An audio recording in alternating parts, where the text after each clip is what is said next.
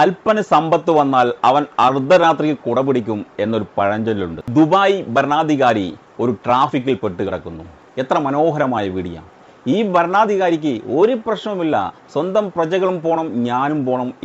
അല്പന സമ്പത്ത് വന്നാൽ അവൻ അർദ്ധരാത്രിയിൽ കുടപിടിക്കും എന്നൊരു പഴഞ്ചൊല്ലുണ്ട്. അതുപോലെയാണ് നമ്മുടെ രാജ്യത്തിലെ ഭരണാധികാരികൾ. ജനാധിപത്യ രാജ്യത്ത് ജനങ്ങൾ തെരഞ്ഞെടുക്കുന്ന മന്ത്രിമാർ മന്ത്രിയാകുന്നതിന് മുമ്പ് വോട്ട് ചോദിക്കാൻ വേണ്ടി ഓരോ പൗരന്റെ വീട്ടുമുറ്റത്തും അവന്റെ കക്കൂസിന്റെ മണം വരെ പിടിച്ചു പോയിക്കൊണ്ട് ഒടുവിൽ മന്ത്രിയായി കഴിഞ്ഞാൽ പിന്നീട് ജനങ്ങളുടെ അവസ്ഥ ഇതാണ്. കണ്ടു നോക്കൂ. ഇവന്മാർ പോകുന്ന ഈ റോഡുകളിൽ സാധാരണ പൗരന്മാർ ഇവന്മാർ പോകുന്നത് വരെ മിനിറ്റുകളോ ചിലപ്പോൾ മണിക്കൂർ കണക്കോ തിരക്കിൽ ശ്വാസം മുട്ടി നിൽക്കണം. അതുമാത്രമല്ല, പൗരന്മാരെ ബ്ലോക്ക് ചെയ്ത പോലീസുകാരുടെ വായിലെ തെറിയും കേൾക്കണം. ഇതാണ് ജനാധിപത്യ രാജ്യമായ നമ്മുടെ രാജ്യത്തെ അവസ്ഥ. ദുബായ് ഭരണാധികാരി ഒരു ട്രാഫിക്കിൽ പെട്ടുകിടക്കുന്നു. എത്ര മനോഹരമായ വീഡിയോ. ഈ ഭരണാധികാരിക്ക് ഒരു പ്രശ്നവുമില്ല, സ്വന്തം പ്രജകളും പോണം, ഞാനും പോണം എന്നുള്ള നയമാണ് ഈ ഭരണാധികാരിക്കുള്ളത്. സൗമ്യനായിട്ട് ഒരു പ്രശ്നവുമില്ലാതെ ട്രാഫിക് റൂളുകൾ അനുസരിക്കുന്ന, ട്രാഫിക് റൂളുകൾ പാലിക്കുന്ന സുന്ദരമായ കാഴ്ച.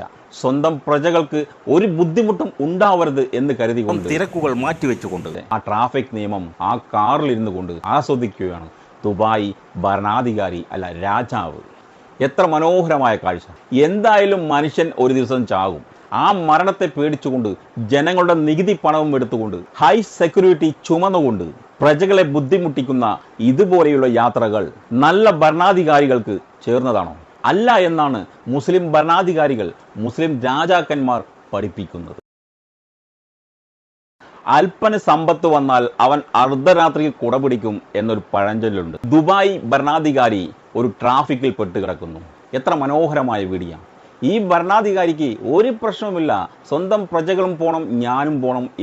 അല്പന സമ്പത്ത് വന്നാൽ അവൻ അർദ്ധരാത്രിയിൽ കുടപിടിക്കും എന്നൊരു പഴഞ്ചൊല്ലുണ്ട്.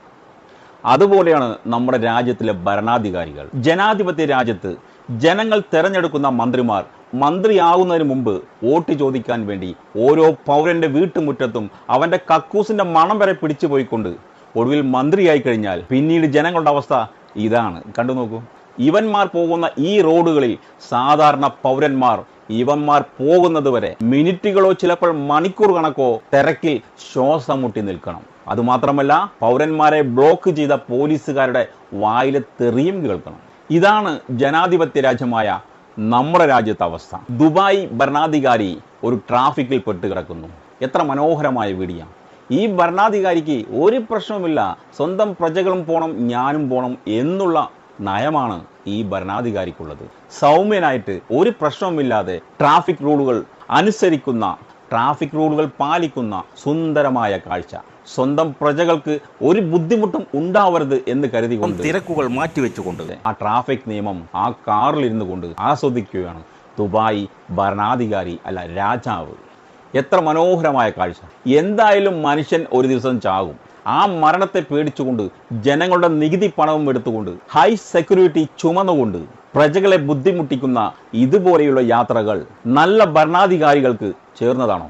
അല്ല എന്നാണ് മുസ്ലിം ഭരണാധികാരികൾ, മുസ്ലിം രാജാക്കന്മാർ പഠിപ്പിക്കുന്നത്.